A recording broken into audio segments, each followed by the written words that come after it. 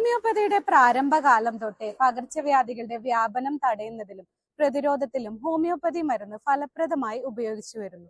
21ാം നൂറ്റാണ്ടിൽ നമ്മളെ എല്ലാവരെയും ഭീതിയിലാട്ടിയ കൊറോണ കാലത്തും ആഴ്സനിക്കം ആൽബം എന്ന ഹോമിയോപ്പതി മരുന്ന് പ്രതിരോധ മേഖലയിൽ മികച്ച ശ്രദ്ധ നേടുകയുണ്ടായി. എന്നാൽ കൊറോണയുടെ ആദ്യ സമയങ്ങളിൽ വിമർശനാത്മകമായും സംശയ നിവാരണത്തിന് വേണ്ടിയും ഒത്തിരി ആളുകൾ ഉന്നയിച്ചൊരു ചോദ്യമുണ്ട്. ഈ കൊറോണ പുതുതായി വന്ന അസുഖമല്ലേ, പിന്നെ എങ്ങനെയാണ് നിങ്ങൾ ഇതിന് ഇത്ര പെട്ടെന്ന് ഒരു പ്രതിരോധ മരുന്ന് കണ്ടെത്തിയത് എന്നുള്ളത്. എന്നാൽ കൊറോണ ആവട്ടെ, ചിക്കൻ ബോക്സ് ആവട്ടെ, ഡെങ്കു ഫീവർ ആവട്ടെ, ഇത്തരം പകർച്ചവ്യാധികൾക്ക് ഹോമിയോപ്പതിയിൽ പ്രതിരോധ മരുന്ന് കണ്ടെത്തുന്നതിന് ഒരു രീതിയുണ്ട്.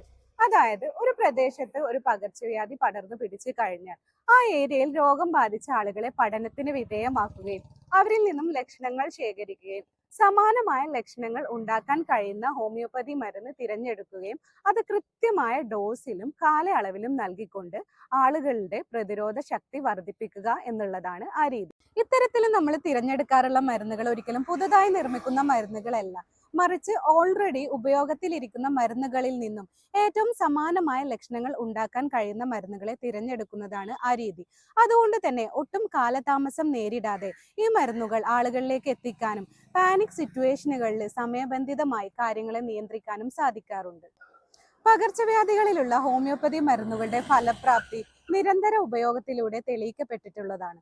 അതുകൊണ്ട് തന്നെ പകർച്ചവ്യാധികളെ പ്രതിരോധിക്കാം ഹോമിയോപ്പതിയിലൂടെ.